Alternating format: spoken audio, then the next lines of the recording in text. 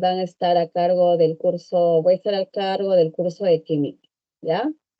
Entonces, desearles éxitos para que cada uno de ustedes en el examen de marzo puedan dar pues un examen exitoso, un examen donde todo lo que vamos a aprender durante estas 8 primeras semanas sean fructíferas para tener también pues que dar un buen examen, ¿no? Y ocupar pues una vacante en San Marcos, que es un orgullo, ¿no? Es un orgullo ser sanmarquino, lo digo por experiencia, ¿ya? Entonces, lo único que yo le voy a solicitar en cada uno de ustedes es que perseveren mucho, de que se esfuercen mucho. Su ingreso va a depender casi en un 80% de ustedes. Y ahí estamos nosotros los docentes que estamos para ayudarlos, apoyarlos y también sumar en el reto que cada uno de ustedes tiene.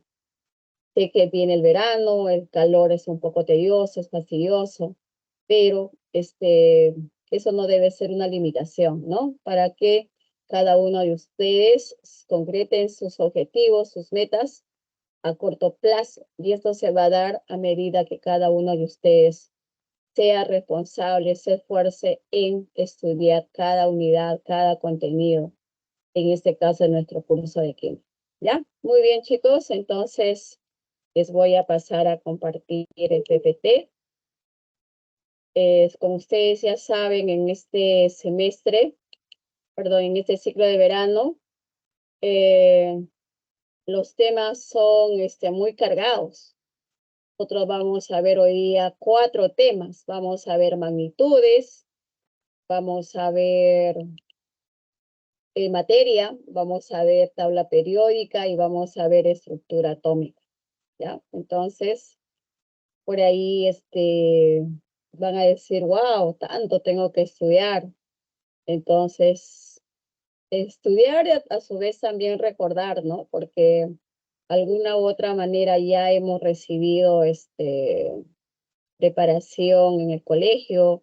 Algunos de ustedes tal vez ya tienen preparación de otras academias o ya en su colegio. Era a modo de ya ciclo, hay academia, hay colegios donde ya los preparan para la universidad, ¿no? Ya. Voy a apagar la cámara para que no consuma mucho ancho de banda. Ya, listo. Entonces, ahora les voy a presentar el PPT.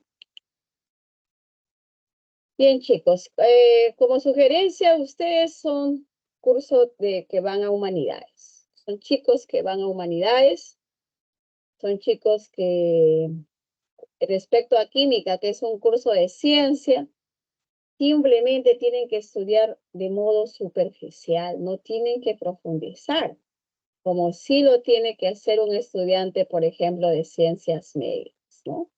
Un estudiante de ciencias médicas sí tiene que saber a profundidad lo que es el campo de la química. Ustedes no tanto es así, ¿no?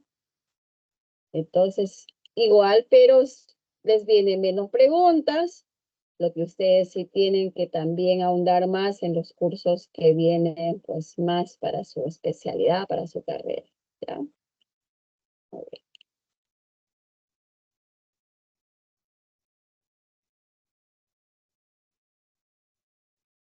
estoy cargando la presentación.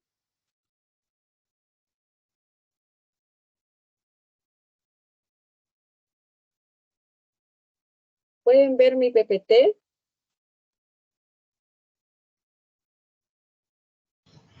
Sí, Miss.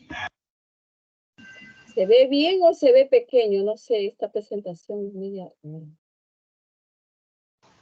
Se ve bien, Miss. ¿Segura? Ahí quería prestar mejor mi pantalla. Ujú.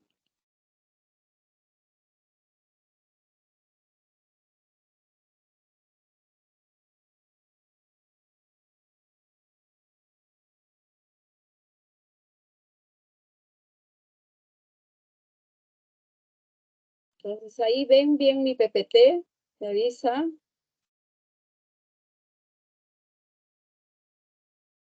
¿Sí?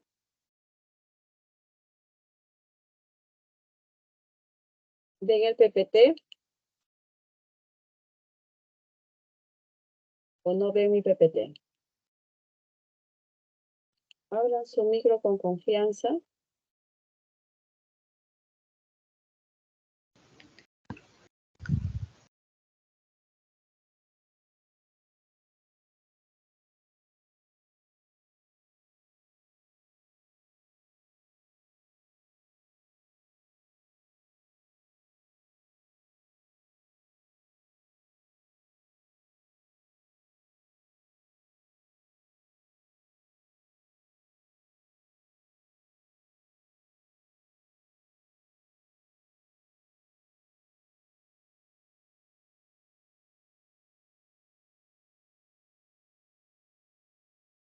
Estoy compartiendo, chicos. Espero que yo mi Sí, Miss. ¿Sí? Buenas tardes, sí. Hola, hola. Pero se ve Teams. Hace un ratito sí se veían los PPTs. Te voy a dejar de compartir para ver dónde está mi...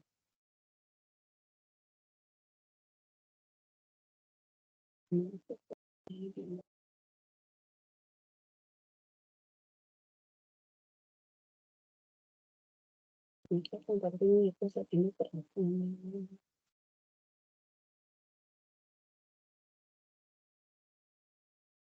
¿Qué ha pasado? Qué raro.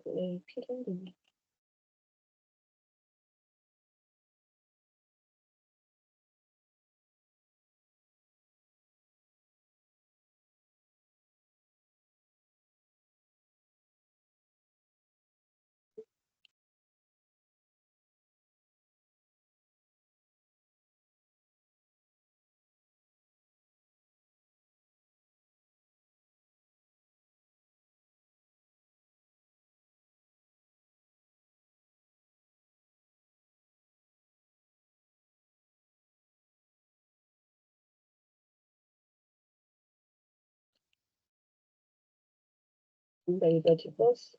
Ahorita hay un orden.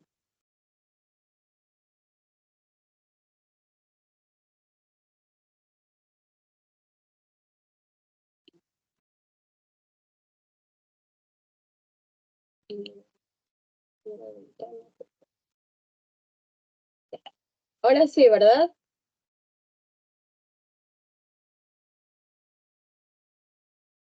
Sí, ahora sí se ve. Ya, listo, perfecto. Sí, Miss. Muy bien.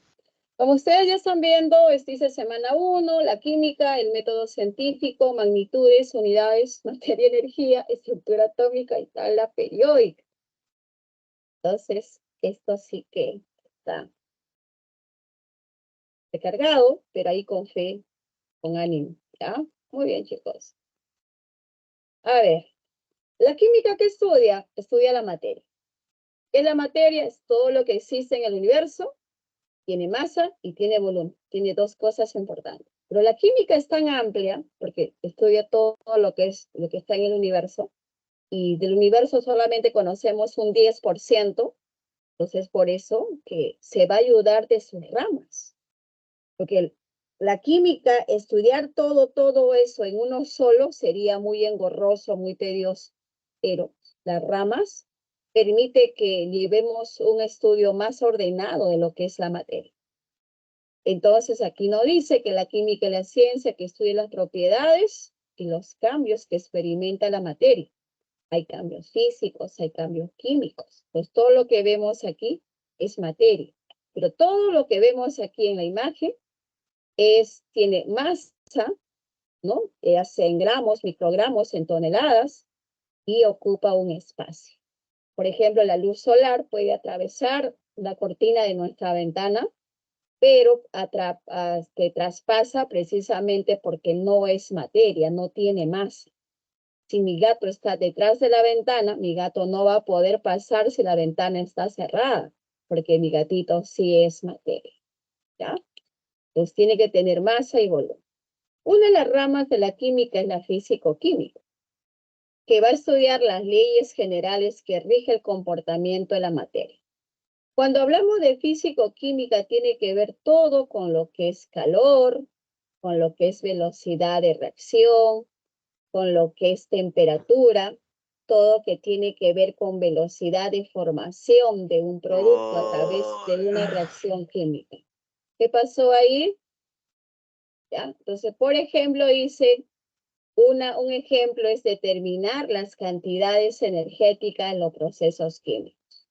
O sea, para que se lleve a cabo un proceso químico, necesita energía, ¿no? Entonces, la energía que hace facilita a que se lleve a cabo ese proceso químico. Nosotros consumimos alimentos. Esos alimentos se descomponen a una velocidad determinada para formar ATP. Por otro lado, tenemos la química analítica. La química analítica que estudia el análisis de las sustancias. Entonces, por ejemplo, nos sacan una muestra de sangre. En esa muestra de sangre nos van a decir qué cantidad de glóbulos rojos tenemos, glóbulo blanco, plaquetas, plasma. Ahí nos identifican si estamos bien de hematocrito, es decir, si estamos o no estamos con anemia. Pues la química analítica va a estudiar el análisis de las sustancias. En la parte cuantitativa, o sea, ¿cuántos glóbulos rojos tengo? En la parte cualitativa, ¿qué contiene mi muestra de sangre? Contiene glóbulo rojo, blanco, plaqueta, plasma, ¿no? Entonces, de eso se encarga la química analítica. La química orgánica tiene que ver todo con lo que es ser vivo, sea animal o sea vegetal. Aquí tenemos una naranja. ¿La naranja qué contiene? Contiene vitamina C. El petróleo, estudio del petróleo. El petróleo, ¿por qué es estudiado por la química orgánica? Porque proviene de descomposición de restos fósiles, animales y vegetales durante millones de años. Todo lo que tiene que ver con un ser vivo, animal o vegetal, es estudiado por la química orgánica. La química inorgánica estudia la parte que no tiene vida. Si nosotros vemos un cerro, en ese cerro ¿qué hay? Rocas. ¿Cuál es la composición de las rocas? Son minerales. Los minerales que extraemos, metales puros, hierro, cobre, zinc, molibdeno. Esos elementos químicos, ¿dónde se encuentran? Se encuentran en la tabla periódica. Esos elementos químicos, ¿qué van a dar? Van a formar compuestos, ¿no? Entonces, la química orgánica estudia toda la parte que no tiene vida y está en la tabla periódica como elemento. Y tenemos la bioquímica, una de las ramas muy importantes de la química que va a estudiar las reacciones químicas que ocurren dentro de un ser vivo, sea animal, sea vegetal. Hemos almorzado. ¿Qué está ocurriendo? Está ocurriendo la descomposición de los alimentos.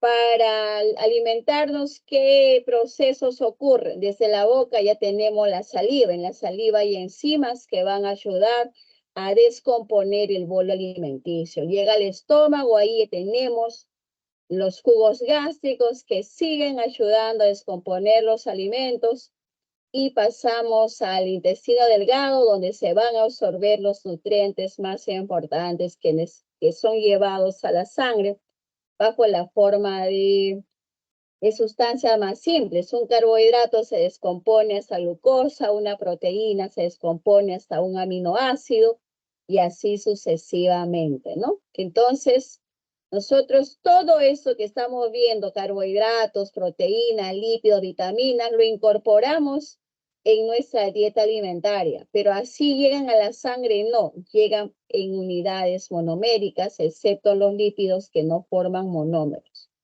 Y excepto los ácidos nucleicos, nosotros no consumimos ácidos nucleicos, nosotros venimos de ahí, venimos de esa información que está contenida en el ADN, ¿ok?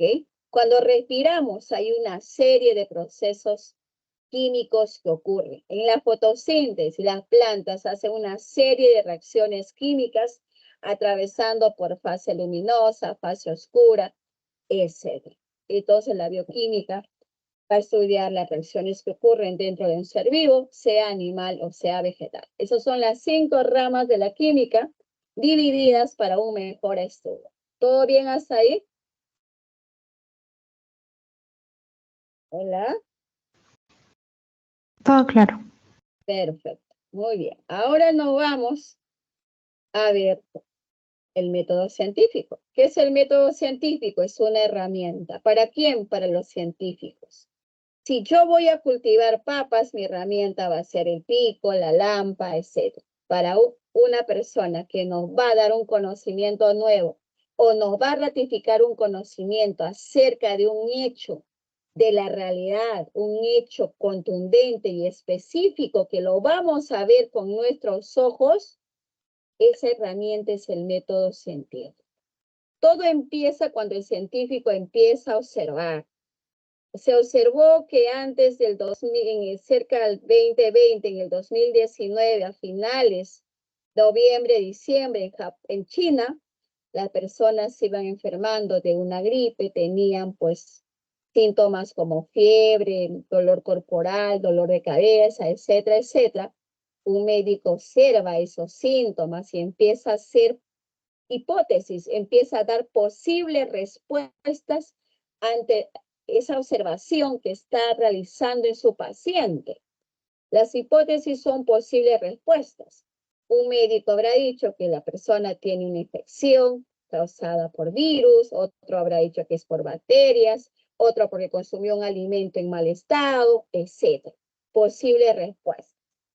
Luego se le habrá sacado muestras. Esas muestras habrán arrojado que dichos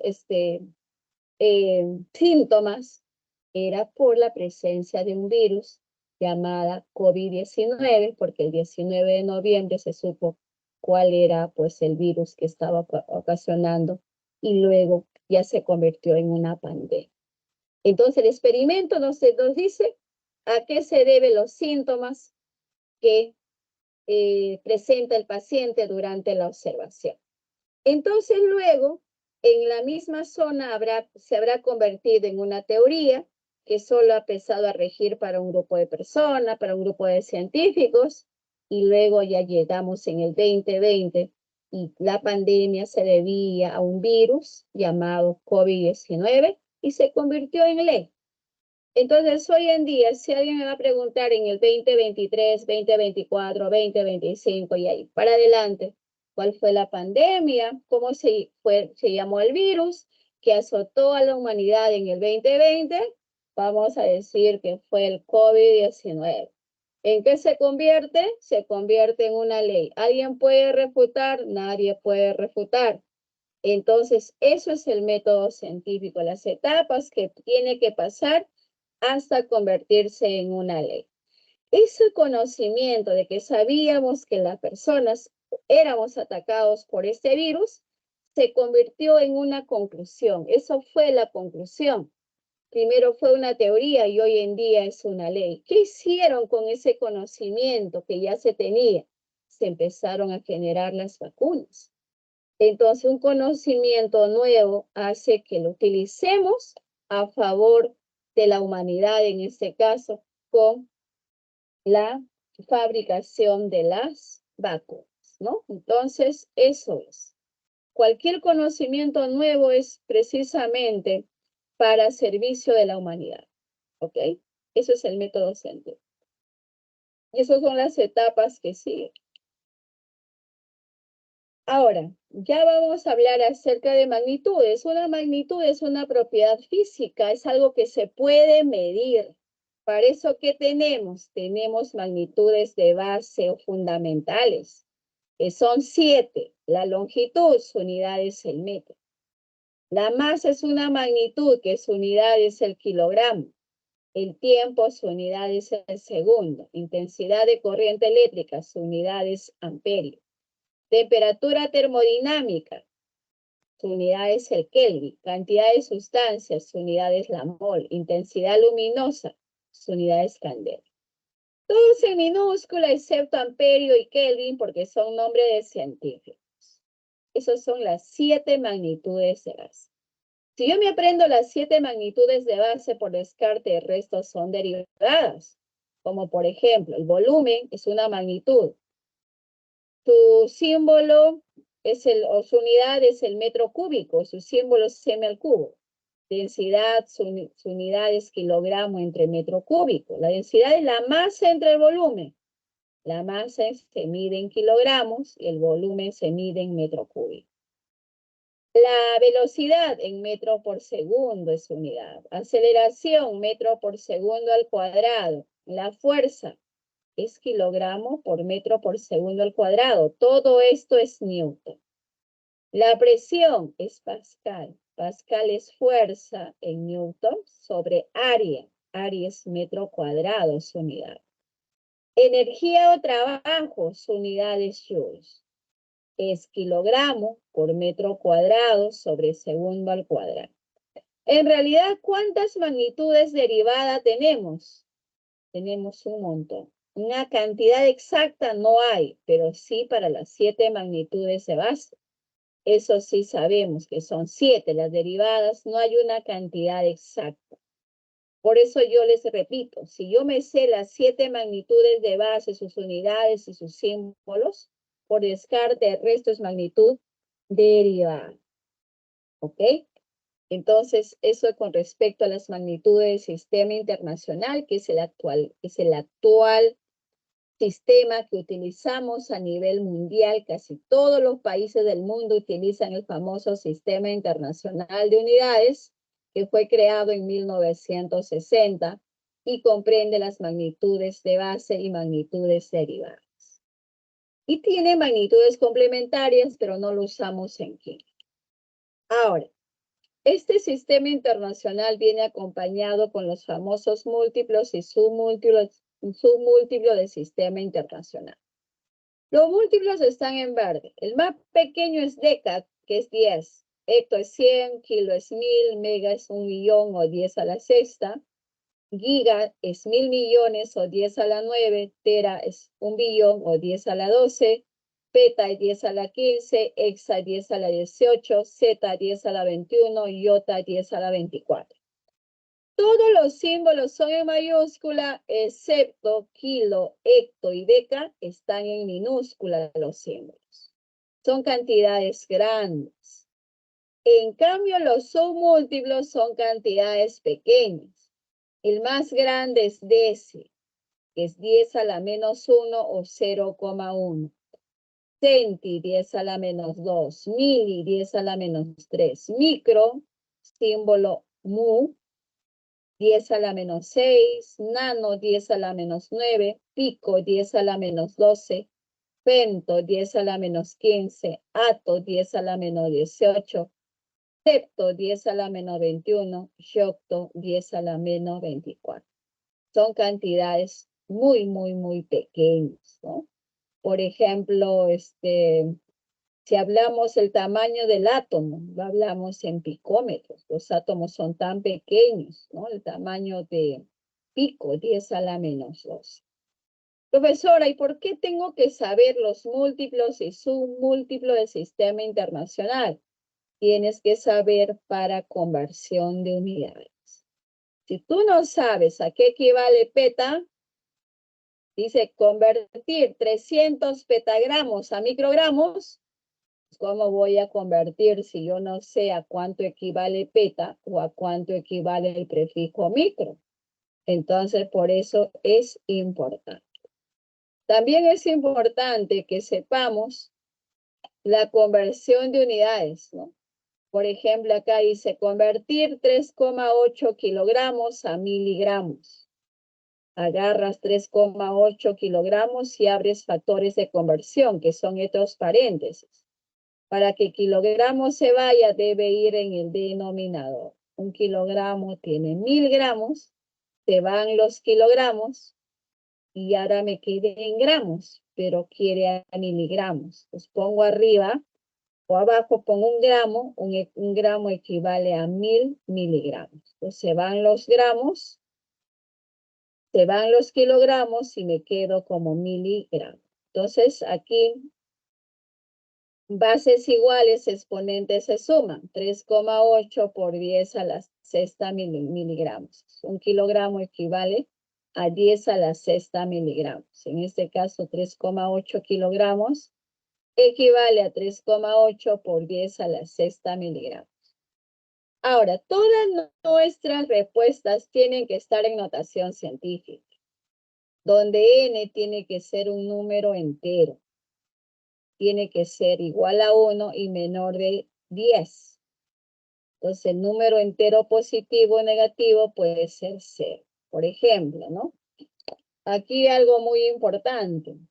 Aquí lo que nosotros tenemos que tomar en cuenta es la famosa coma decimal. Por ejemplo, cuando la coma decimal avanza a la derecha, exponente negativo. Y si la coma decimal avanza a la izquierda, el exponente es positivo. Entonces, por ejemplo, si yo tengo 0,0592 y lo voy a llevar a notación científica, entonces ahí voy a mover mi comita. Entonces, corro un lugar, 2 lugares, 3 lugares, para que sea 5,92 centésimos. Pero he corrido 1, 2, 3 lugares a la derecha, sería a la menos 3.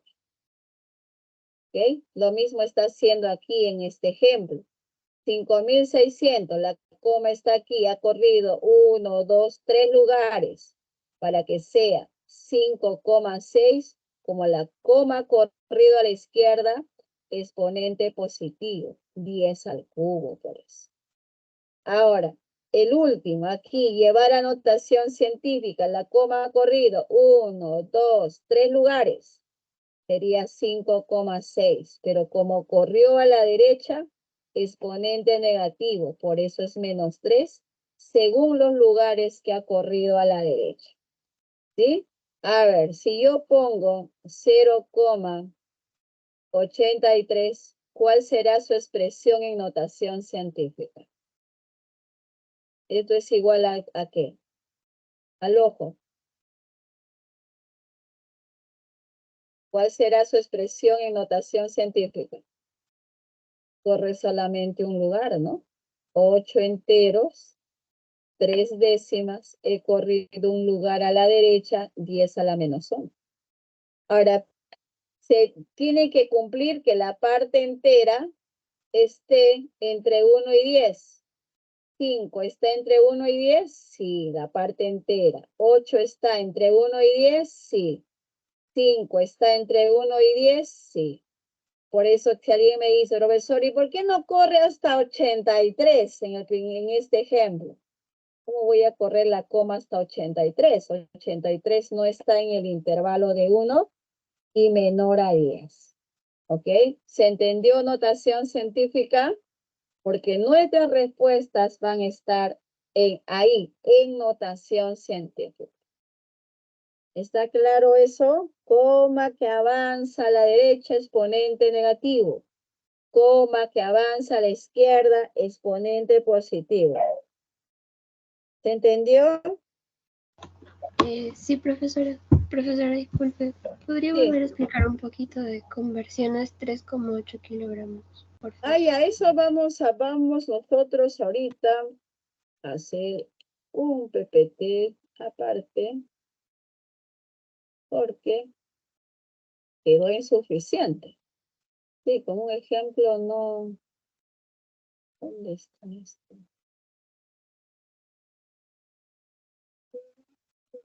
De nuevo.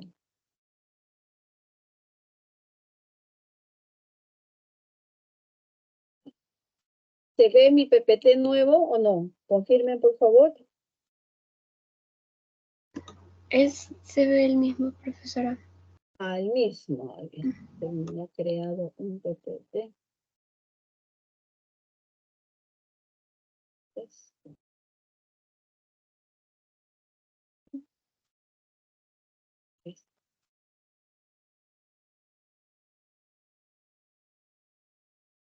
¿Ahora o se ve el mismo? ¿Ven PPT nuevo? El mismo, Miss.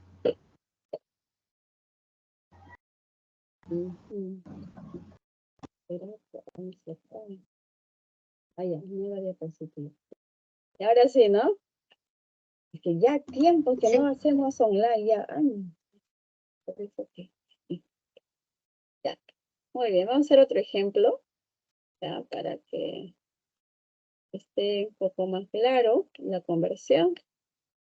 Por ejemplo, me dice convertir 300 ms a ps.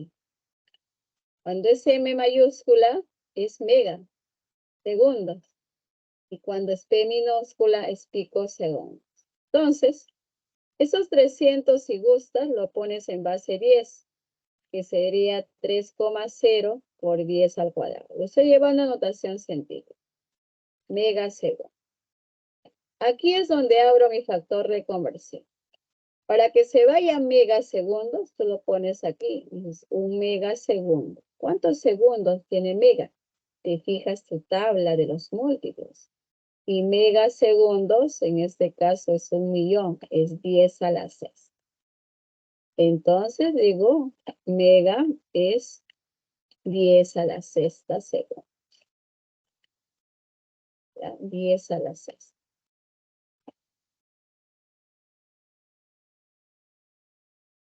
Ya, 10 a la 6.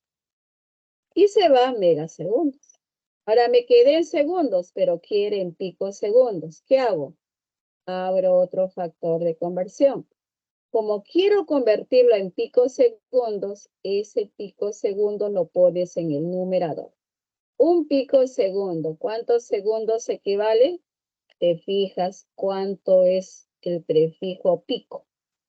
Entonces, pico dice 10 a la menos 2.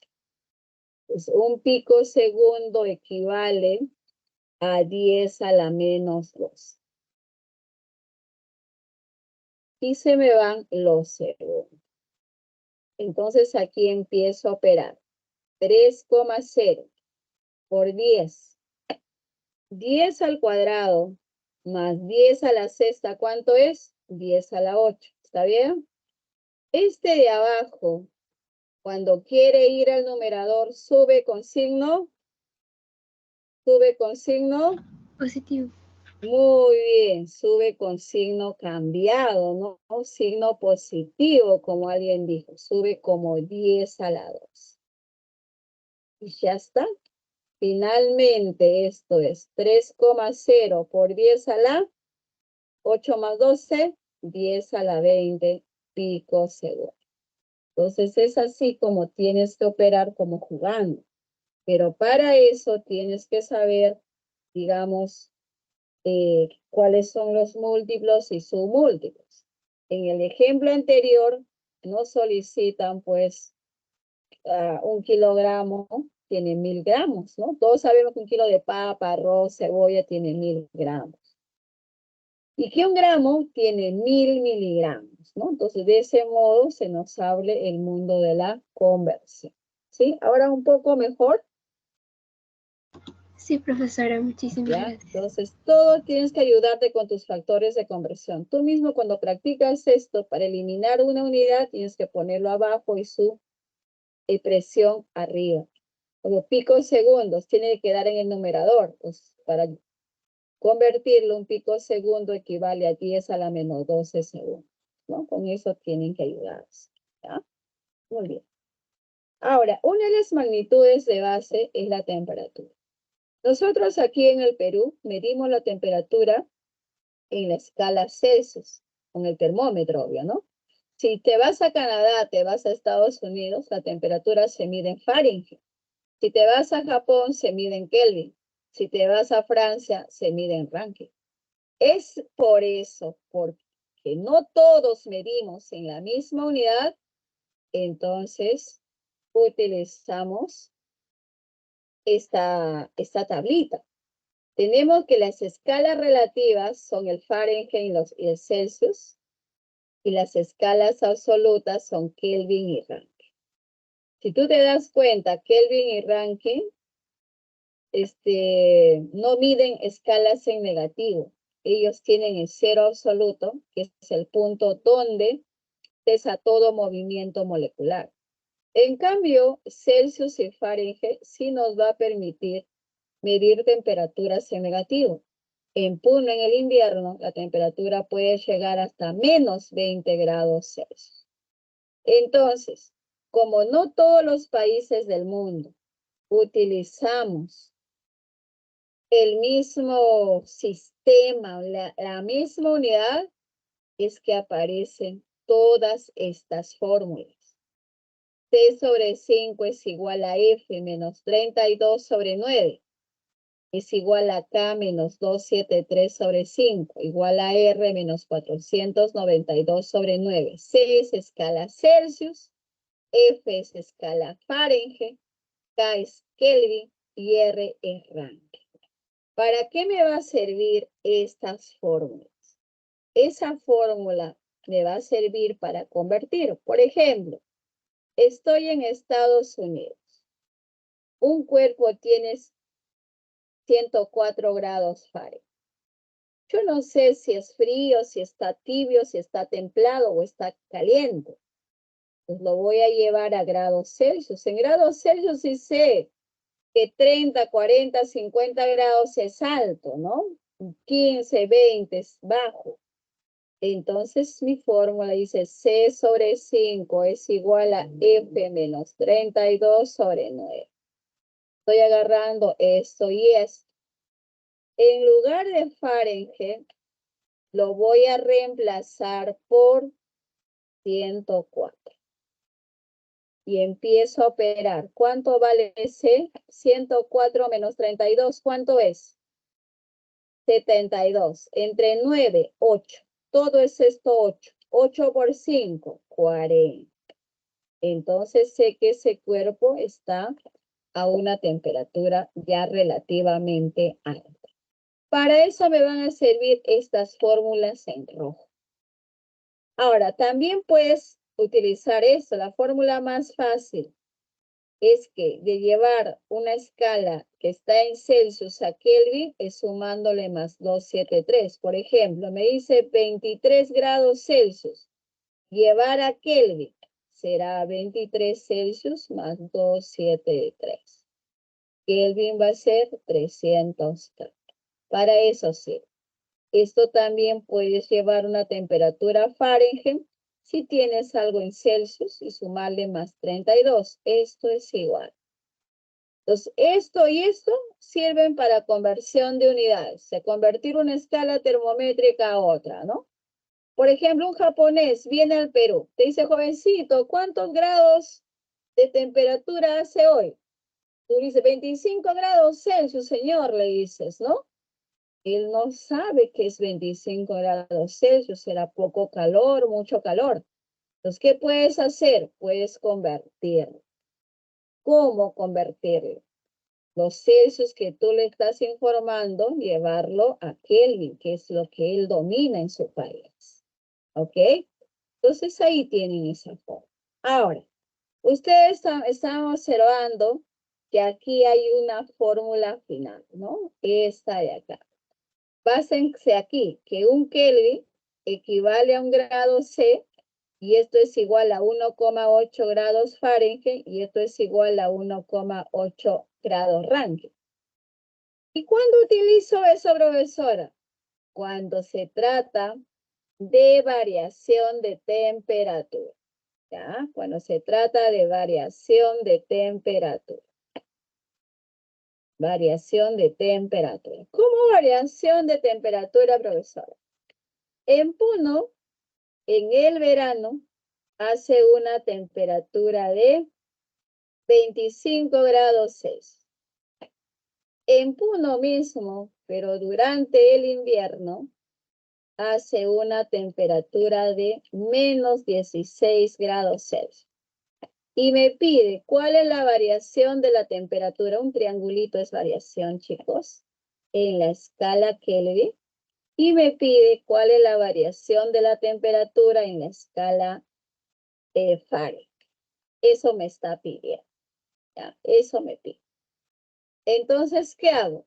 Hallo la variación en la escala Celsius. ¿Cuánto es la variación en la escala Celsius? Cuando hay variación, chicos, siempre vas a agarrar la temperatura mayor. En este caso es 25. Como es variación, le restas el menor, menos, pero el menor es menos 16. ¿Cuánto es la variación en la escala Celsius? 25 más 16, ¿cuánto es? 41, ¿verdad? 41 grados Celsius. Muy bien. Esa es mi variación en Celsius. Ahora te dice la variación en Kelvin. Entonces yo voy así. Oiga, 1 grado C es igual a 1 grado K. Entonces, ¿cuánto es la variación en Kelvin? También será 41 grados C. Eso es la variación, porque son iguales, son iguales. Ahora, ¿quiere la variación en Fahrenheit? Mira, la variación en Fahrenheit. Yo tengo en Celsius si quiere en Fahrenheit. 1 grado C equivale a 1,8 grados Fahrenheit. ¿Qué voy a hacer? Lo que voy a hacer ahí es agarrar mis 41 grados C y digo, 1 grado C equivale a 1,8 grados Fahrenheit. Chao, chao. Entonces, ahora multiplico 41 por 1,8 y eso es la variación en Fahrenheit. ¿Cuánto es la variación en Fahrenheit? 41 por 1,8. Hola.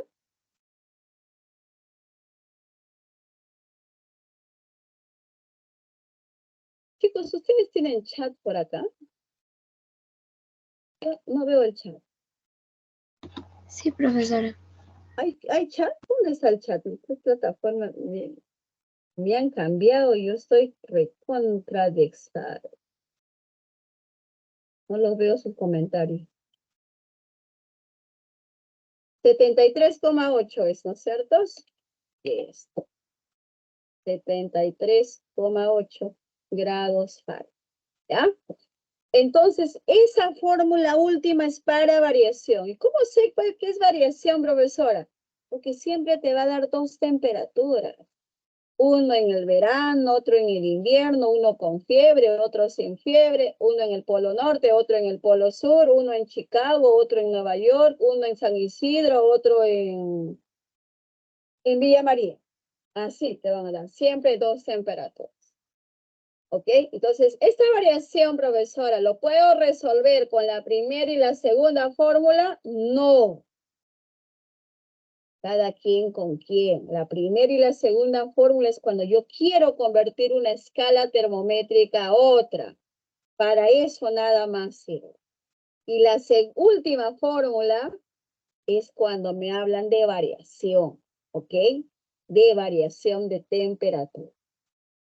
Estas formulitas, ¿dónde tienen que estar? ¿Guardadas en su cuaderno? ¿Guardadas en una hoja? ¿Dónde tienen que estar guardadas, chicos, chicas? En nuestro cerebro. Exacto. Ahí tiene que estar guardado. ¿Qué más tiene que estar guardado ahí? Tus magnitudes de base, tus magnitudes derivadas, tiene que estar guardado. Tus múltiplos y su múltiplo del sistema internacional, tiene que estar guardado. Todas tus ramas de la química, ¿no? Tiene que estar bien guardadito ahí. Tienes que saber cuál es el orden lógico del método científico. ¿Ok? Entonces aquí hemos visto la temperatura como magnitud de base.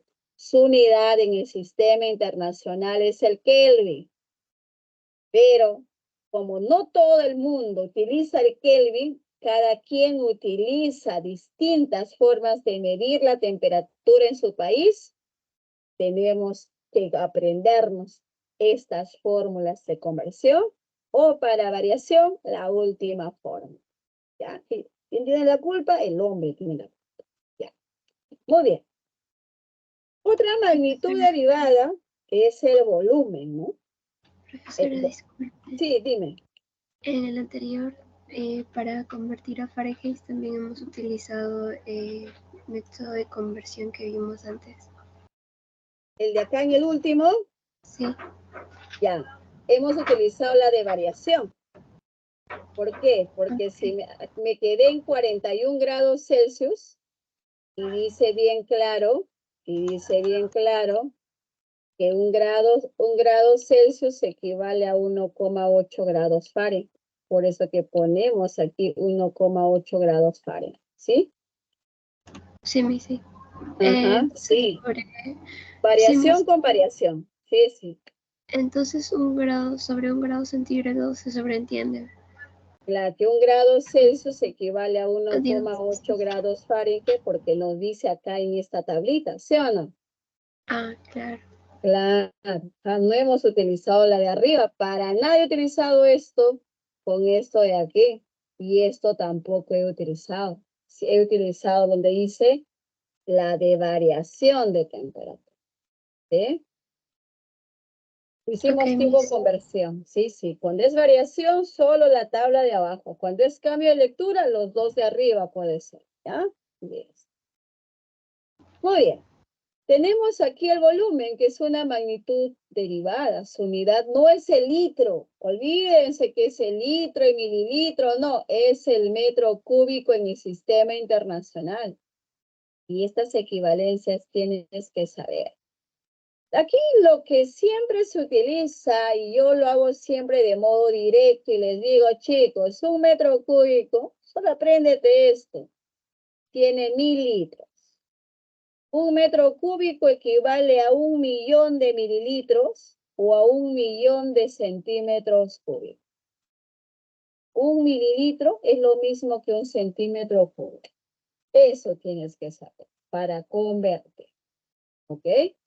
Si me dice, por ejemplo, convertir 30 metros cúbicos a microlitros, mira, no estaba planificado, pero aquí les enseño de todas maneras conversión. Dices, agarras tus 30 metros cúbicos. Metro cúbico tiene que irse abajo. 1 metro cúbico en litros equivale a 1000 litros. Ya está. Chao, metros cúbicos. ¿Quieren microlitros? 1 microlitro. ¿Cuántos litros equivale 1 microlitro? Micro es 10 a la menos 6. Chao, litros. Y esto sería 30 por 10 al cubo. 10 a la menos 6 sube con signo cambiado. Y esto sería 30 por 10 a la 9. ¿Está en notación científica o no está en notación científica esa respuesta de 30 por 10 a la 9? ¿Está o no está? No está. ¿Por qué? Porque el valor entero es 30 y tiene que ser menor de 10. Corres un lugar. Sería 3,0. Cuando has corrido un lugar a la izquierda, ha sido 10 a la 1. Por 10 a la 9 sería 3 por 10 a la 10 microlitros. ¿Ya ven? Entonces, de esa manera convertimos también. Y para eso tengo que saber que 1 metro cúbico tiene 1000 litros, ¿no? Que 1 microlitro equivale a 10 a la menos 6 litros. ¿Está ok hasta ahí? Conversión, lo único que he hecho es convertir ahí, utilizando volúmenes. Hola, hola, ¿están ahí? Ya, sigamos. Sí, Miss. La presión. La presión es una magnitud derivada. Es fuerza sobre área. Fuerza es Newton y área es metro cuadrado. Todo eso es Pascal. Las equivalencias las matan ustedes. Una atmósfera equivale a 1,013 por 10 a la quinta Pascal. Una atmósfera equivale a 760 milímetros de mercurio. Una atmósfera equivale a 760 torrigios. Tienen que saber esto. La presión, por ejemplo, ¿dónde se utiliza la presión? Nosotros a nivel del mar, la presión es una atmósfera. Pero cuando me voy a Cerro de Pasco, ahí la presión, en este caso, es menor, ¿no? Entonces, y eso también está supeditado a la temperatura a la cual hierve el agua. Aquí a nivel del mar hierve a 100, pero no es así cuando estamos a altitudes altas.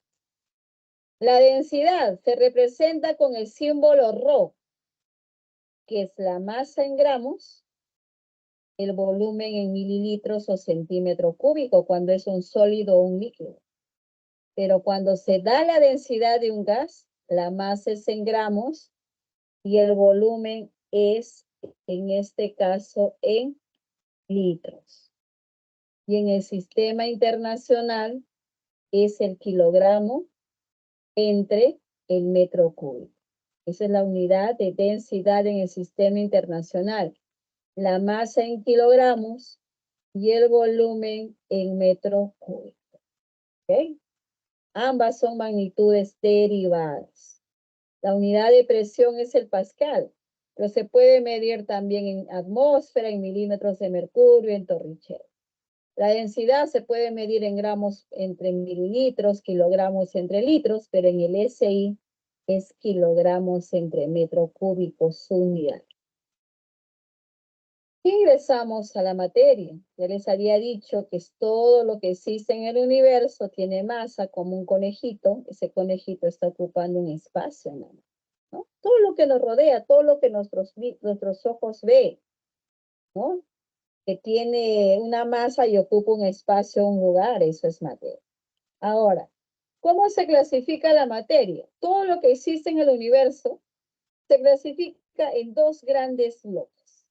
La que tiene composición variable, que son mezclas, y la que tiene composición química definida, que son las sustancias puras. Las mezclas que presentan una sola fase se llaman mezclas homogéneas o soluciones. Agua con sal, por ejemplo, veo una sola fase. Un vino, una sola fase. Ojo aquí, cuando nos dicen, por ejemplo, nos dicen que todas nuestras mezclas homogéneas tienen que ser líquidos, no, líquidos vino, vinagre, sólidos acero, bronce. Muchos piensan que estos son elementos, latón. Son mezclas homogéneas, conocidas como aleaciones. ¿Ya? Y el aire es una mezcla de gases. Tiene nitrógeno, tiene oxígeno, tiene hidrógeno, tiene gases nobles. Entonces, cuando vemos que una mezcla es homogénea, tiene que tener una sola fase. El vino, solo veo yo el color. ¿Qué contiene? Contiene agua, contiene etanol, contiene taninos, contiene glucosa. ¿Ok? Pero si veo dos o más fases, como aquí, agua con aceite, todo lo que son suspensiones, como el yogur, ¿no? La sangre, arroz con pollo, ¿no? Una comida, con mezclas heterogéneas, donde vamos a ver más de una fase. Profesor, en la sangre yo veo una sola fase. No, la sangre se separa. Cuando usted va al mercado y compra sangrecita, ahí están coágulos y sobre los coágulos está una sustancia amarilla, que es el plasma. Un yogur, ¿qué dice? Agítese antes de usar, dice. Hay jarabes que dice suspensión oral, agítese antes de usar, ¿no? Las ensaladas de frutas, ¿no? Eso ya es muy evidente que se trata de una mezcla heterogénea.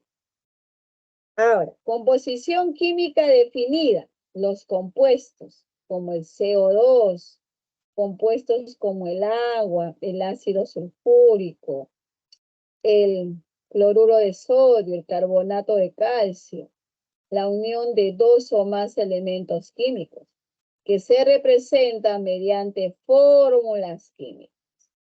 Todo lo que ustedes ven ahí son fórmulas químicas.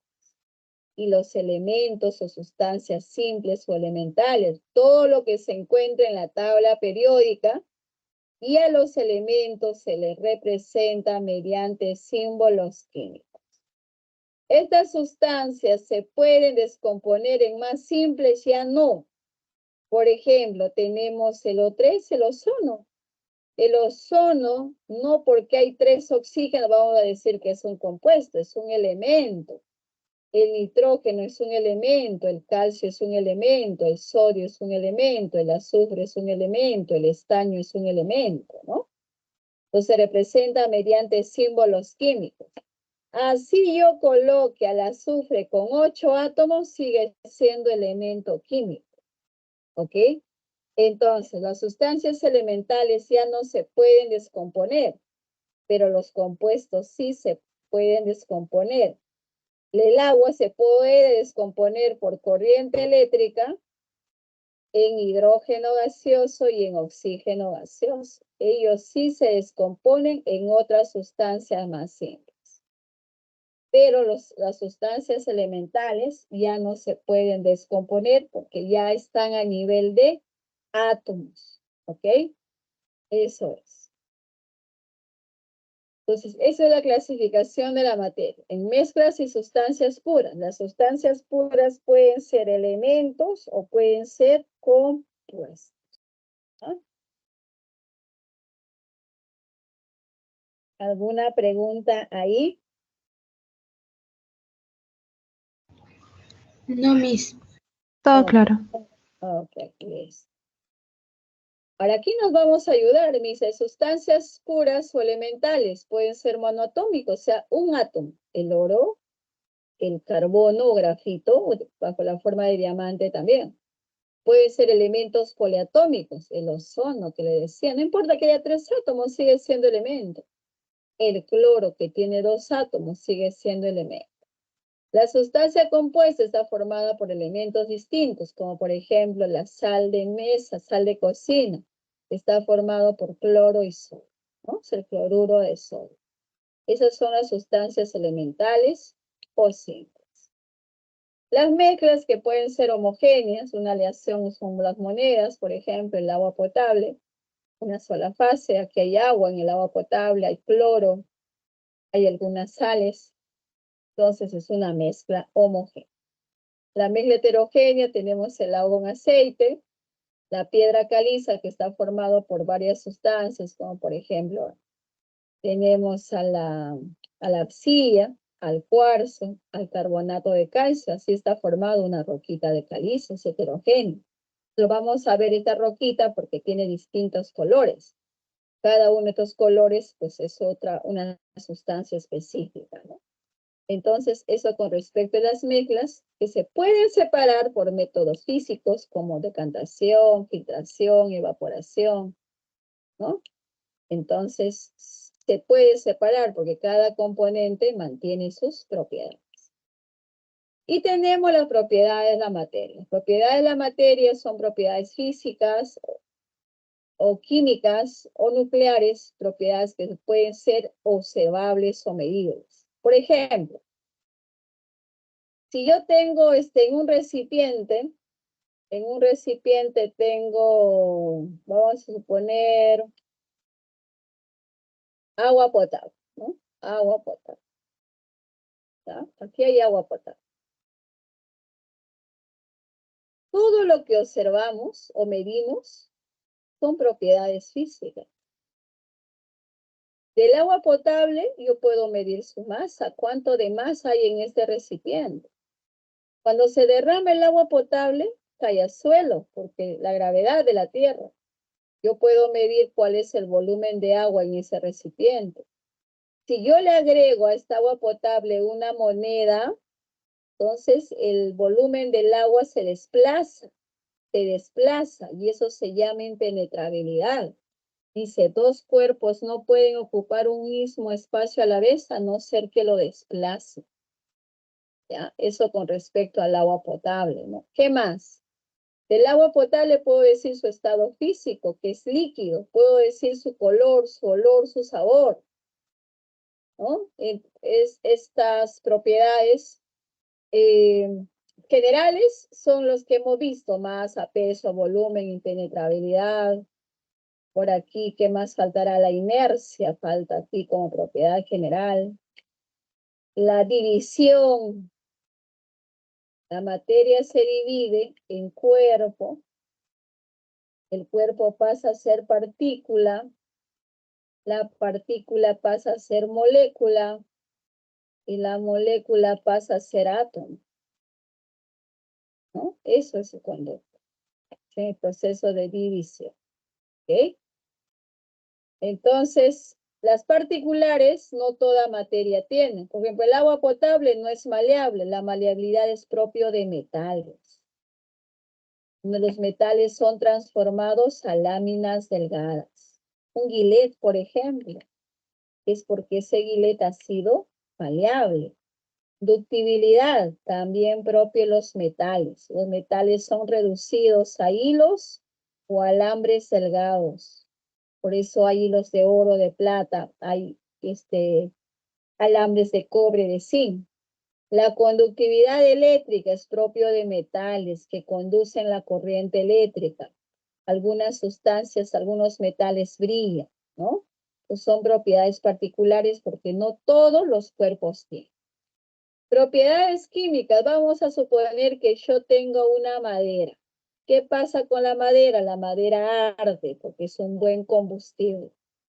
Si yo tengo, por ejemplo, un gas natural, el gas natural yo no le puedo acercar una chispa.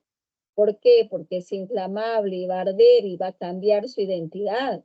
De la madera voy a tener cenizas, del gas natural voy a tener CO2, agua y calor. Aquí tengo un clavo, ese clavo es hierro. El hierro es sometido a ácidos. ¿Qué hace el ácido al hierro? Lo va a corroer. Se va a formar cloruro férrico y va a liberar un gas que es el gas hidrógeno. Eso se llama corrosión. La reactividad de algunas sustancias reaccionan frente a otras de forma natural, de forma espontánea. La acidez, la basicidad son propiedades químicas. Entonces, las propiedades químicas son factores externos que hacen que el cuerpo, la materia, cambie de identidad. La madera va a estar siempre ahí, mientras no haya fuego. Ahí con el fuego, ella arde. El gas natural siempre va a estar ahí, pero basta que encuentre una chispa, arde, ¿no es cierto? Entonces, esos son propiedades físicas, pueden ser generales o particulares. Pueden ser observables o medibles, ¿no? Ahí hemos puesto el agua potable. El agua potable, ¿qué propiedad química tendrá? Ella por electrólisis se descompone en hidrógeno y en oxígeno. ¿Ya? Entonces va a cambiar su identidad mediante el paso de la corriente eléctrica. ¿Qué más tenemos? También tenemos propiedades nucleares, ¿no? Una propiedad nuclear, por ejemplo, el uranio 92, por un proceso de descomposición radiactiva, se descompone en torio 90, 234, emite una emisión alfa y libera gran cantidad de energía. Cuando son átomos pesados, esto es propio de la bomba atómica. Así se hace, ¿no? Con metales radiactivos pesados. Entonces, cuando un elemento cambia a otro elemento químico, eso es un cambio nuclear. Ya es un cambio nuclear. Una transmutación a nivel de núcleos átomos. Las propiedades físicas son propiedades observables o medibles de cualquier cuerpo que podemos describir o detallar. Y una propiedad química son factores externos que hacen que la materia cambie de identidad. Hay propiedades físicas que pueden ser extensivas y estas extensivas dependen de la masa. Ya, dependen de la masa. Las intensivas no dependen de la masa.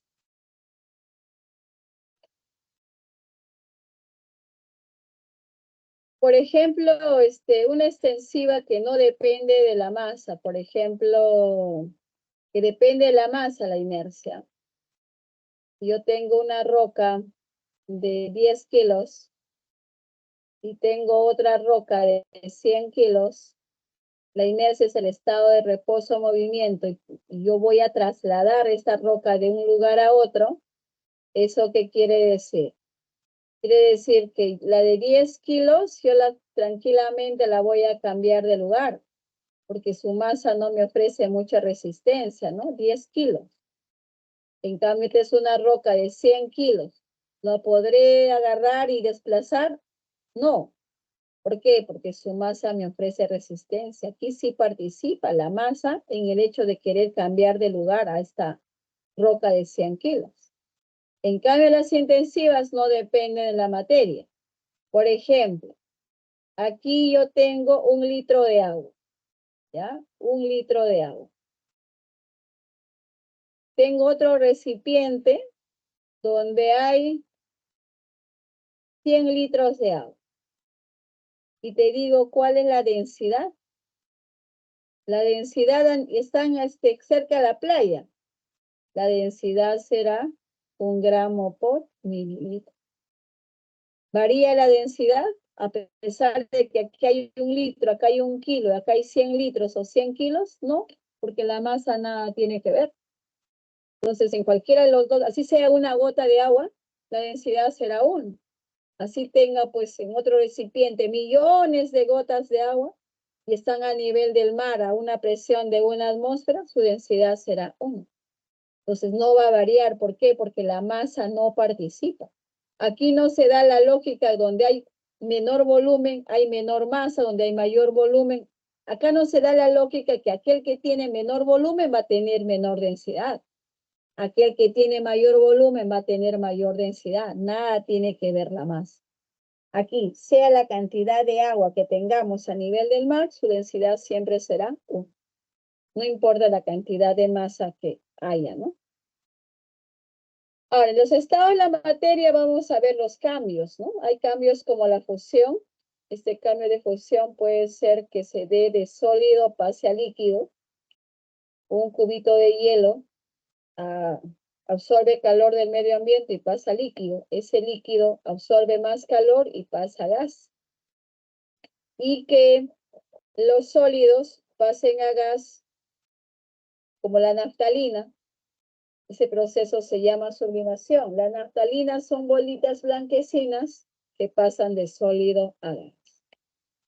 Ahí la materia absorbe energía. Entonces, ahí la materia es un proceso endotérmico. O sea, para que cambie de estado hay que calentar, tiene que ganar calor. En cambio, el proceso reverso, como que de gas pasa a líquido, como la licuación del GLP, de líquido pasa a sólido, de gas pasa a sólido y se llama sublimación inversa, deposición o compensación. O, por ejemplo, cuando llueve bajo la forma de nieve, es la experimentación inversa. Para que la materia pasa de gas a líquido, de líquido a sólido o de gas a sólido, ¿qué ocurre? Tiene que liberar energía. Entonces, ese es un proceso exotérmico. Cuando libera energía, está pues en proceso de enfriamiento, ¿no? Entonces, esos son los cambios de la materia, ¿ya? Fusión, vaporización, sublimación, tiene que haber calor.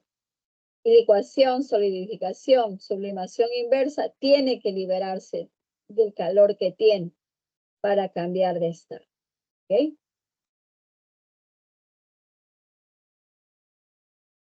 Los fenómenos o cambios de la materia, tenemos los famosos fenómenos físicos, donde la materia cambia de forma, pero no de identidad, ¿no? Cambia de forma, pero no de identidad. También tenemos cuando el agua hierve, cuando se rompe un lápiz, un metal se convierte en láminas, hay que disolver azúcar en agua, ahí la materia no está cambiando de identidad, solamente de estado físico, está cambiando la forma de su tamaño, su forma, pero no de identidad. El químico sí. Un clavo corroído ya se convirtió en una sal y hidrógeno. Cuando me como un pan, ese pan que tiene almidón se convirtió en glucosa. Cuando una madera arde, se convirtió en cenizas. Las plantas hacen la fotosíntesis para generar su propio alimento y desechar oxígeno, ¿no? Las dos nucleares, como yo les explicaba, el uranio cambia a torio. Cuando un elemento cambia a otro, ya es un cambio nuclear, que puede ser de tipo fusión nuclear o puede ser fisión nuclear. ¿Ok? Y tenemos la energía o trabajo, ¿no? En el sistema internacional es el joules. Joules es Newton por metro. Un ergio equivale a 1 gramo por centímetro al cuadrado sobre segundo al cuadrado. Un joules equivale a 10 a la 7 ergios y una caloría equivale a 4,18 joules.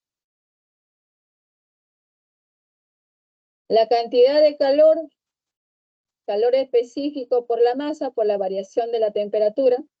Q es cantidad de calor. T es calor específico. Variación de la temperatura es temperatura final menos inicial. Y la capacidad calorífica es masa por calor específico. Estas son magnitudes derivadas. El equilibrio térmico es calor ganado es igual a calor perdido. Esta fórmula de aquí. Pues todo esto de acá, el calor específico por la masa, por la variación de la temperatura, toda esta fórmula aquí. Entonces, ¿qué quiere decir? ¿Cómo podemos verlo? Si yo he sacado un cubito de hielo de la refrigeradora y lo guardo en mi mano, entonces el hielo gana calor. ¿De quién? De mi cuerpo. Mi mano está cediendo calor. Pero llega un momento en que ya el cubito de hielo se derritió y esa porción de agua tiene la misma temperatura que mi cuerpo. Ahí hablamos de equilibrio térmico. Donde el cubito de hielo ya es agua, ya no absorbe calor y mi cuerpo ya no libera calor. Claro, pero este ejemplo tiene que ser un sistema cerrado. Así como yo lo estoy poniendo, es un sistema abierto. Este equilibrio químico tiene que ser en un sistema cerrado. ¿Ok? La ley de la conservación de la materia de Einstein. La materia no se crea ni se destruye, solo se transforma. La energía es la masa por la velocidad de la luz al cuadrado. La unidad de energía en el sistema internacional ya sabemos que es el joules en el sistema internacional, también es el ergios en otro sistema. La masa en joules tiene que estar en kilogramos y en ergios la masa tiene que estar en gramos. La velocidad de la luz para utilizar en joules en el sistema internacional es 3 por 10 a la 8 metros por segundo. Esta velocidad luego lo elevas al cuadrado. O si vas a trabajar en ergios, la constante, la velocidad de la luz es 3 por 10 a la 10 centímetros por segundo. Luego lo elevas también al cuadrado. ¿Ok? Y luego tenemos el átomo, ¿no? El átomo es la mínima parte en que la materia se divide. Tiene dos zonas. Una zona que es el núcleo, donde están aquí 4 neutrones y 3 protones. Y lo que envuelve al núcleo son la zona extranuclear, nube electrónica o corteza electrónica, y ahí se encuentran 3 electrones. Esta es la estructura del litio. El litio en su envoltura tiene 3 protones, tiene 7 nucleones, que es su masa atómica. De los 7 nucleones son 3 partículas con carga positiva, 4 partículas que no tienen carga y 3 partículas que tienen carga negativa.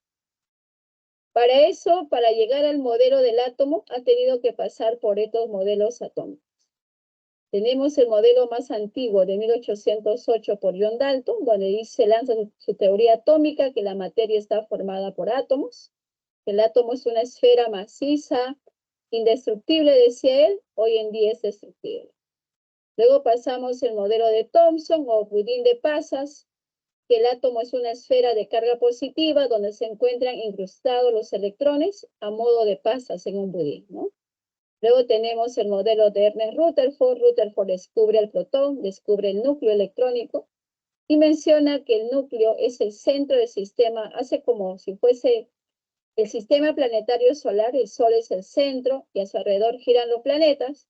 En este caso, en el modelo de Rutherford, lo que giran alrededor serían los electrones. Tenemos el modelo de Bohr, que cuando un electrón está cerca al núcleo tiene poca energía, absorbe energía, y también un electrón que está más lejos del núcleo es un electrón que tiene mayor energía. Y tenemos el modelo de Schrödinger, el modelo de nube de electrones, que no dice que el átomo tiene dos regiones, un núcleo y una envoltura, ¿no? Ese es el modelo atómico actual y no ha variado. ¿Cómo se representa un elemento químico? Se representa con la E de elemento, Z el número atómico en la parte izquierda inferior y la masa en la parte izquierda superior. La masa por fórmula va a ser Z más neutrón. El neutrón va a ser la masa menos Z. Y cuando el átomo es neutro, se cumple que los protones, los electrones y Z son iguales, ¿no? Por ejemplo, yo puedo tener aluminio 27, ¿ya? Aluminio 27. Aluminio 13, 27 sería así. 13 es Z y 27 es la masa. Neutrones sería 14, que es la masa menos Z. Como es un átomo neutro, él va a tener protones, va a tener 13. Z, su número atómico vale 13 y la cantidad de sus electrones también vale 13. Se cumple esto de aquí. Los isótopos son átomos que tienen igual elemento químico. Todos son hidrógeno. Los tres tienen igual Z. Z vale 1, proteo, deuterio y tritio. Y van a tener distinta masa, como en este caso masa 1, masa 2 y masa 3. Y van a tener distinto neutrón, ¿no? 2 menos 1, 1, 3 menos 1, 2. Los isótopos son átomos de un mismo elemento que tienen igual número atómico, diferente masa, diferente neutrón. Luego tenemos los famosos iones. El catión viene de perder electrones y el anión de ganar electrones, ¿no? Por ejemplo, tengo un catión, tengo calcio 2040, pierde 2, y un anión tiene azufre 1632, gana 2. Entonces, aquí, si me preguntan Z, Z vale 20, los protones también vale 20, y si me preguntan por los electrones, es 20 menos 2. O sea, en su envoltura solo tiene 18. ¿Por qué? Porque ha perdido 2 electrones. ¿Ya? El azufre Z vale 16. Los protones también vale 16. ¿Y cuántos electrones tiene? 16 más 2, 18. Este elemento está ganando 2 electrones. Entonces, cuando se gana electrones son aniones y cuando se pierde electrones son cationes. ¿Y para qué se gana o se pierde? Para tener la configuración de un gas noble, es decir, tener 8 electrones en su capa de valencia. Tercer nivel, 8 electrones. Ahora, ¿quién es? Un gas noble que se llama argón 18. Para eso se gana o se pierde tener la configuración de un gas noble. Los números cuánticos son 4. Tenemos un número cuántico principal, que es el nivel de energía. Si yo tengo, por ejemplo, la notación 3p5, el cuántico principal es el nivel, que es 3. El número cuántico secundario nos dice el subnivel de energía. En S vale 0, en P vale 1, en D vale 2 y en F vale 3. Por ejemplo, yo tengo la notación de 3p5. Ya conozco el nivel, que es 3, el cuántico principal, el secundario en P vale 1. Ya sé los dos primeros números cuánticos. Ahora, si quiero saber el magnético, tengo que saber que S tiene un orbital, P tiene 3 orbitales o 3 rayas, T tiene 5 rayas y F tiene 7 rayas. P tiene 3 rayas, sus valores probables de su magnético. Ahí voy a distribuir 5 electrones, primero hacia arriba y luego hacia abajo. Si es del último electrón, el secundario vale 0. Si es del último electrón. Entonces ya sé el magnético, y si por ahí me piden el spin solo toma 2 valores, hacia arriba el spin vale más 1/2 y hacia abajo el spin vale menos 1/2. Como es de este último electrón que está hacia abajo, pues el spin va a valer menos 1/2. Pues mi juego de números cuánticos de 3p5 será cuántico secundario 3, el secundario 1, el magnético 0 y el spin vale menos 1/2, ¿no? Entonces, eso sería, ¿ya? Los 4 números cuánticos. Ahora, con respecto a la configuración electrónica, bueno, estos son los 4 números cuánticos. El principal es el nivel, el secundario es el subnivel, el magnético nos indica el orbital y el spin el sentido de rotación. Los 3 de aquí determinan la condición de un orbital. El cuántico principal nos dice el tamaño o volumen efectivo, la forma geométrica el secundario, la orientación espacial el magnético y el spin no aplica, ¿no? Para determinar un orbital o remo. El principio de exclusión de Pauli nos dice que 2 electrones no pueden tener los 4 números cuánticos iguales. O en un orbital los 2 electrones no pueden estar hacia arriba o hacia abajo. Lo correcto en un orbital es que los electrones estén uno arriba y el otro abajo. Eso es lo correcto, ¿no? No pueden haber ambos arriba. Y el principio de la máxima multiplicidad nos dice, por ejemplo, de que si yo tuviese aquí otro ejemplo, ¿no? Un 3d8, T tiene 5 orbitales. Sus probables valores de su cuántico magnético, ¿no? -1 y -2. ¿Ya? 8 electrones. Yo voy a poner así de uno en uno, dice, ocupando todos los orbitales posibles. Si faltan por colocar, pasamos al apareamiento, dice. ¿Ah? Esto es lo correcto. Pero lo que yo no puedo hacer es, más rápido ponemos, ¿sabe qué? De 2 en 2 ponemos, ¿no? Por decir así, ¿no?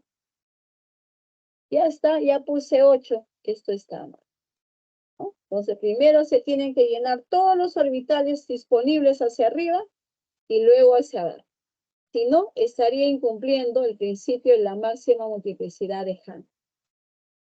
Se escribe Hahn, pero se pronuncia Hahn.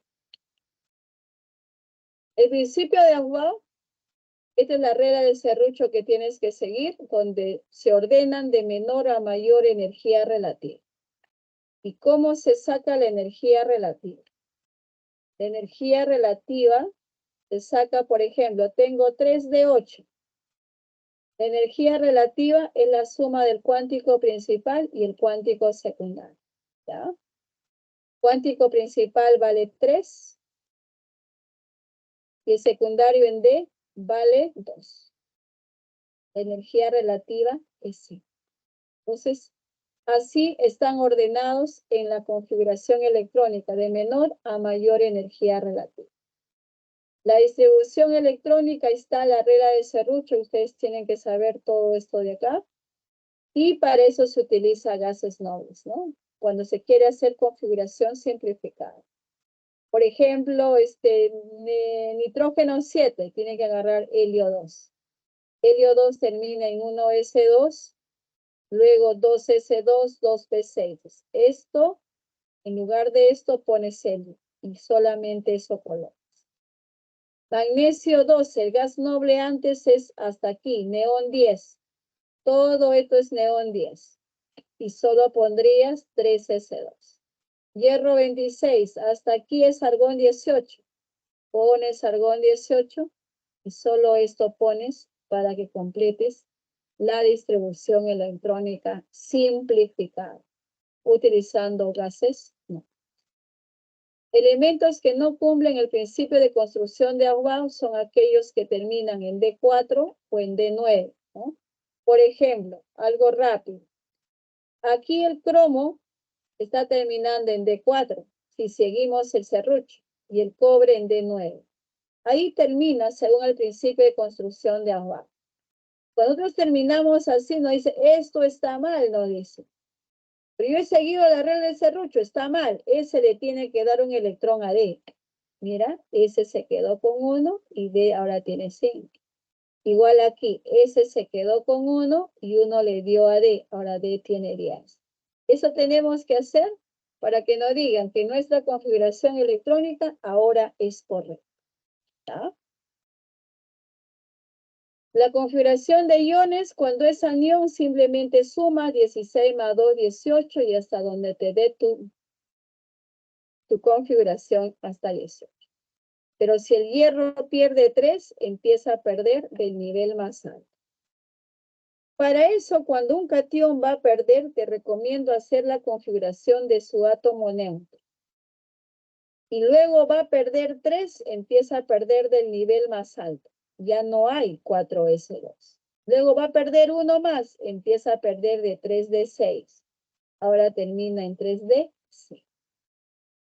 Entonces, ahora si ustedes le quitan 3 de aquí, de 3D6, eso está mal. La regla dice, se debe de quitar del nivel más alto de la configuración electrónica, en el caso sean cationes. La tabla periódica tiene 7 periodos y 18 grupos. Los 18 grupos están distribuidos en grupos A o llamados elementos representativos. Los bloques son S y P. Y los grupos D se llaman elementos de transición. Todo D o F son bloques de transición. Los S, bloque S, bloque P, D y F. Los bloques S y D y F son metales. Son metales. En P hay de todo. Hay metales, no metales, metalores. Así están los por bloques. Los elementos, los alcalinos son el grupo 1A, alcalinos terrio del 2A, terrios oboroides del 3A, metales de transición todos los D y transición interna todos los D. Los no metales del grupo de los carbonoides, grupo 14, nitrogenoides, grupo 15, anfígenos o talcógenos, grupo 16, halógenos, grupo 17 y gases nobles, grupo 18. ¿Cómo ubicar un elemento en un periodo de un grupo? Periodo es el nivel más alto, en este caso el nivel más alto es el 2. Termina en S o en P, grupo A, ¿no? Entonces 1A y en arábigo 1. Nivel más alto el 2, el periodo, grupo 2 más 4, 6. 6, termina en S o en P, grupo A. En la yupa, grupo 16. Cuando es de transición, periodo, el nivel más alto, ¿no? El nivel más alto. 4, en este caso.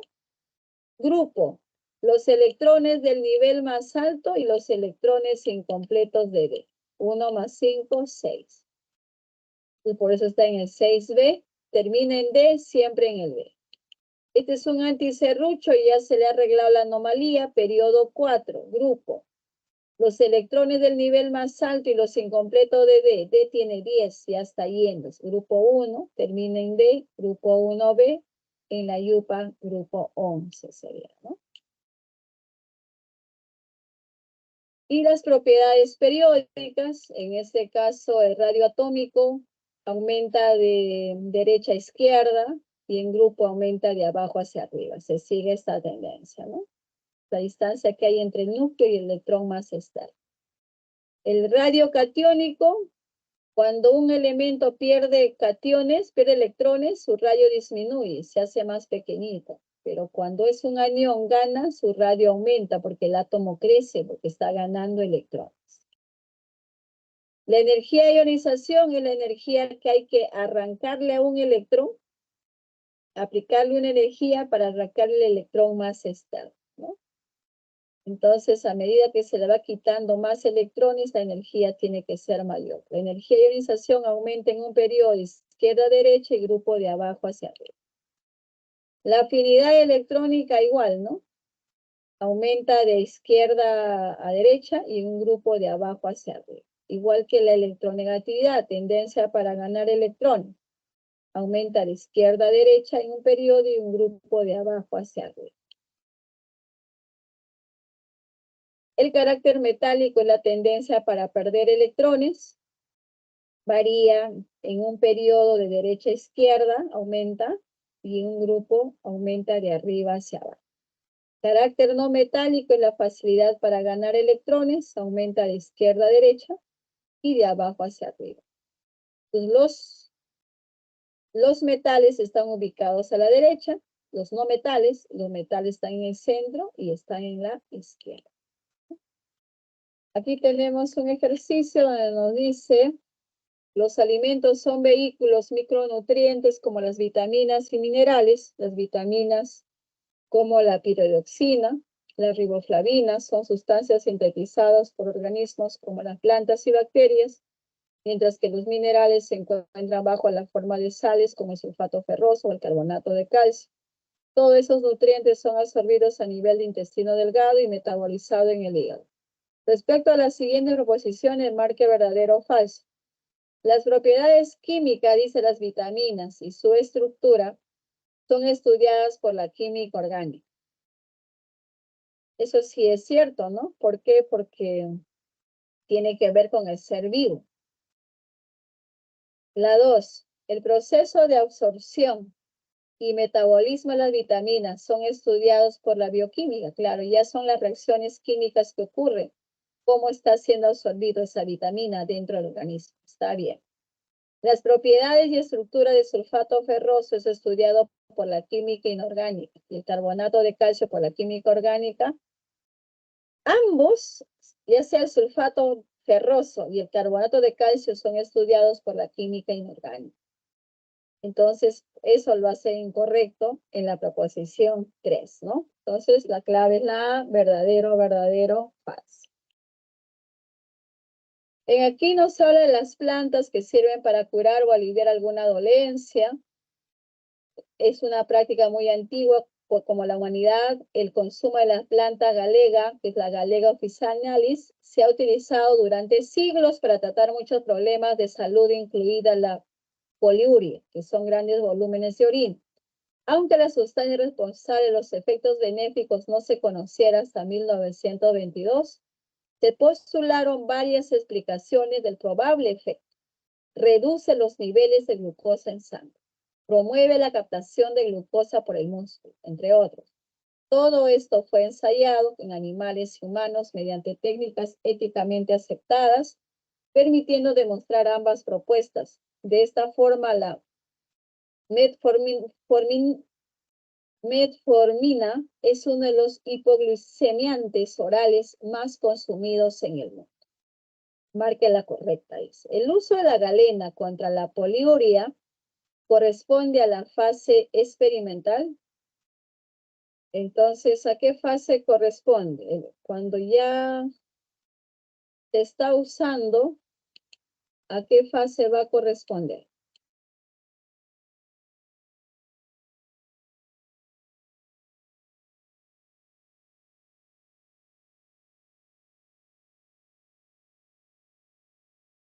Eso es incorrecto, ¿no? El uso de la galena contra la poliuria corresponde a la fase de la observación, ¿no?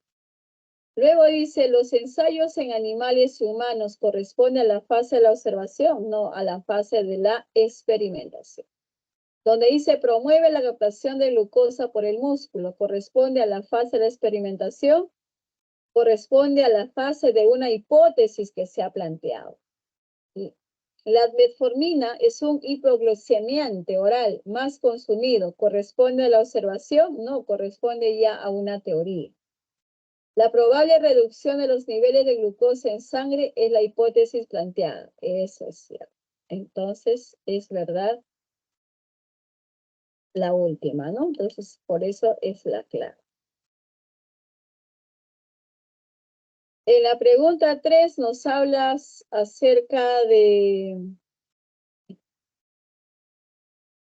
que en la fecha del 27 de noviembre del 23 se mantiene en estado de alerta el niño costero. Normalmente la temperatura se incrementa 1 grado Celsius sobre la media, pero cuando existe eventos de anomalía, la temperatura se incrementa 5. Según Cenami, para este verano la costa norte tendrá una probabilidad de lluvia superior al 30%, considerando como fuertes, alcanzando un volumen máximo de 255 milímetros.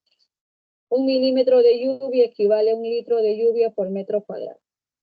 Dice, en el fenómeno del niño se espera sobrepasar un incremento de 9 grados Fahrenheit.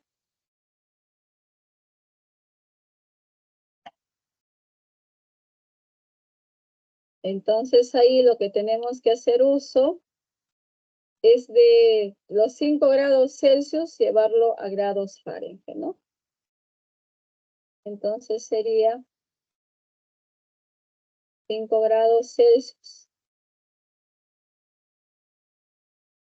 Ahí es. 1 grado C equivale a 1,8 grados Fahrenheit. ¿Y eso cuánto sale? Eso sale 9 grados Fahrenheit, ¿no? 9 grados Fahrenheit. Entonces es verdad.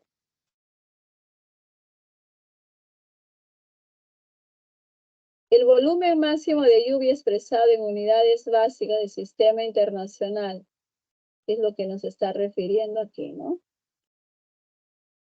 Entonces, nos habla de 255 milímetros.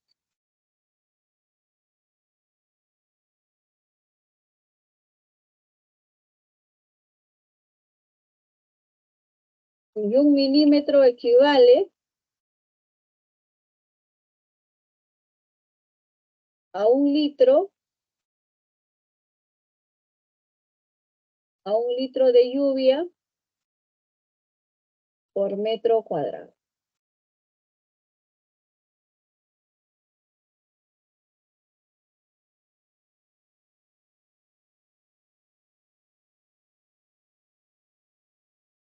Y 1 metro cúbico equivale a 1000 litros. 1 metro cúbico equivale a 1000 litros. Entonces, están yendo los milímetros, están yendo los litros, y nos va a quedar en esta unidad. Entonces, eso será 255 por 10 a la menos 3 litros. Notación científica será 2,55. Como la coma corrida 2 lugares a la izquierda es al cuadrado por menos 3, sería 10 a la menos 1. 10 a menos 1. Metro cuadrado sería metro cúbico por metro cuadrado. Entonces, sí está bien. En el párrafo se menciona una magnitud de base y una magnitud derivada. Pues una magnitud de base es la temperatura, ¿no?, que nos menciona es magnitud de base, y la derivada es el volumen. Entonces el volumen es derivada. Entonces está bien. Una de base y una derivada. Es correcto, ¿no? Por eso la respuesta es la A.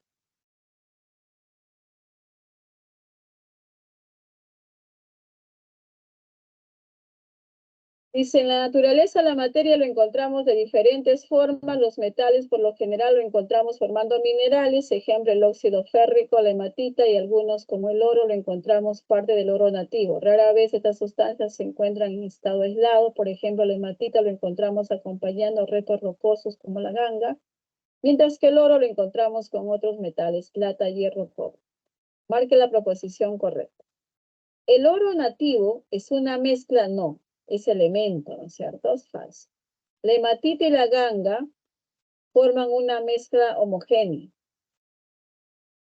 La hematita es un compuesto y la ganga sí es, puede ser una mezcla de impurezas, pero ambas no son mezclas. La hematita es fórmula, es un compuesto, falso por eso. Con el oro aislado se podrá obtener láminas delgadas por baja dureza. Bueno, láminas delgadas, pero no porque sea la dureza baja, ¿no? Si son metales, la dureza de ellos es alta. Entonces, esto es falso. La oxidación del hierro para formar hematita es una propiedad física. Cuando el hierro se oxida, ya cambia su identidad, es química. Entonces, eso es falso. El óxido férrico es una sustancia compuesta de tipo iónico. Sí, iónico todavía no hemos visto enlaces, pero un iónico es metal y no metal. El hierro es metal y el oxígeno es no metal. Entonces, por eso la clave está bien que sea la E. En el ciclo natural, ya, vamos a ver, dice la incorrecta. La condensación del vapor de agua involucra una pérdida de energía. Cuando se trata de condensación, quiere decir que el agua en estado de vapor pasa a líquido. Y cuando es líquido, va a pasar de vapor a líquido, tiene que liberar energía, ¿no? Tiene que liberar energía. Entonces está bien, pérdida de energía, es correcto. En la evaporación del agua, la estructura de la molécula no se altera. Claro, si el agua va a pasar de líquido a vapor, entonces la molécula no se va a alterar, sigue siendo agua, solo está cambiando de estado, pues no se altera, está bien. La lluvia ácida es una mezcla homogénea, principalmente de compuestos. Si la lluvia es ácida, ya es una mezcla homogénea, ¿no? Sí, está formado de compuestos, con ácido sulfúrico, ácido nítrico, está bien, está formada por compuestos. Y en la lluvia, el agua misma es un compuesto, H2O. La formación de los ácidos en la lluvia ácida es un proceso físico, no, es químico, porque la lluvia ácida deteriora edificaciones, deteriora cultivos, mata animales, los peces, por ejemplo, si el pH del agua disminuye, es un agua recontra ácida, ahí va a matar a peces, plantas, todo, ¿no? Entonces, un proceso químico, falso, la D. El deshielo de los glaciares es un cambio físico llamado fusión. Sí es físico porque el agua va a cambiar de estado, de sólido va a pasar a líquido. Y cuando algo pasa de sólido a líquido, ese cambio de estado se llama fusión, ¿ya? Los metales como la plata poseen un calor específico, ya te da de la plata su calor específico, el agua posee un calor específico alto de 1 calorías entre gramos por grado Celsius, por la cual los empleamos para enfriar, es conocido como refrigerante. En una práctica de laboratorio se sumerge una barra de 200 gramos de plata. Eso sería la masa de la plata, que es 200 gramos. A 25 grados Celsius en 56 mililitros de agua. Determine la temperatura final. Ya. Entonces aquí tenemos la plata, dato de la plata, la masa 200 gramos. La temperatura inicial es 25 grados Celsius y tenemos agua. La masa del agua es 56 gramos. La masa del agua es igual al volumen del agua porque su densidad es 1. Aquí el agua se encuentra a 50 grados Celsius. Quiere que determine la temperatura final y la cantidad de calor transferido, aproximadamente entre ambas sustancias respectivamente. Entonces, aquí quiere la temperatura final. La plata aquí va a ganar calor y el agua va a perder. Calor ganado es igual a calor perdido. ¿Por qué? Quien pierde es el que se encuentra a más alta temperatura. Entonces, Q va a ser igual a menos Q. Q, ¿quién es? Es la masa por el calor específico por la variación de la temperatura que es final menos inicial. Este es igual a menos la masa por el calor específico por la variación de la temperatura final menos inicial. ¿Qué tengo que hacer? Simplemente reemplazar. Aquí tengo 200 gramos, el calor específico de la plata es 0,56 calorías entre gramos por grado C. La temperatura final es, no sabemos, pero la inicial es 25 grados Celsius. Aquí, esto es la masa, menos la masa, aquí es 56 gramos. El calor específico del agua es 1 caloría entre gramos por grado Celsius, según el dato que nos da. La temperatura final no conocemos y la inicial del agua es 50 grados Celsius. Entonces, aquí lo que tenemos es que resolver. Cuando resolvemos, vamos a poder hallar tranquilamente ahí, ya se aplican ahí el álgebra, ya está todo planteado. Lo único que vamos a hacer es operar. Entonces la temperatura final va a salir 45,8 grados Celsius.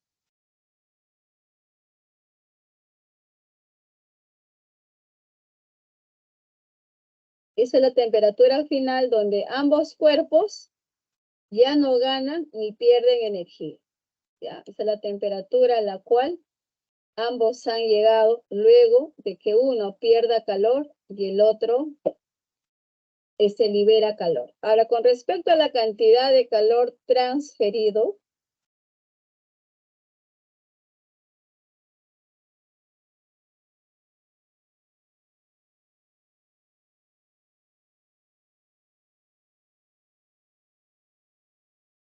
entonces tenemos que utilizar la fórmula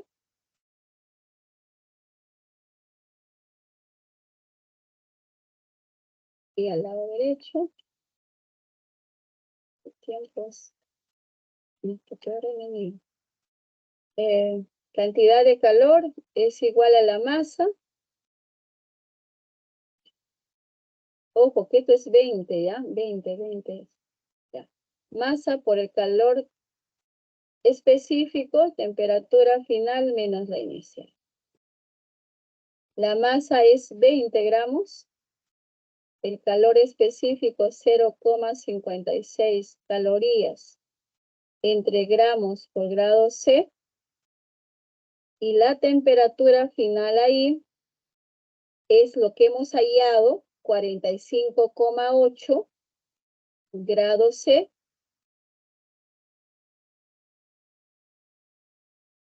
Y la inicial es 25. Aquí igual, solo ya está planteado, solo es cuestión de que ustedes operen y va a salir redondeando 233 calorías.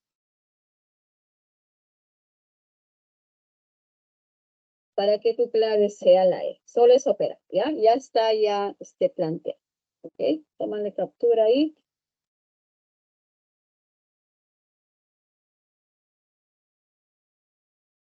A ver. Habla del átomo. Dice, considerando uno de los isótopos del hierro. Profesora, disculpe, la clase ya ha llegado a su hora, por si acaso. Ok. Chicos, las 7 sale la C. Esa la próxima semana se lo resuelvo. ¿Ya? Y la 8 sale la E. ¿Ya? ¿Listo? Entonces, hay que tomar, voy a tomar un poco más de...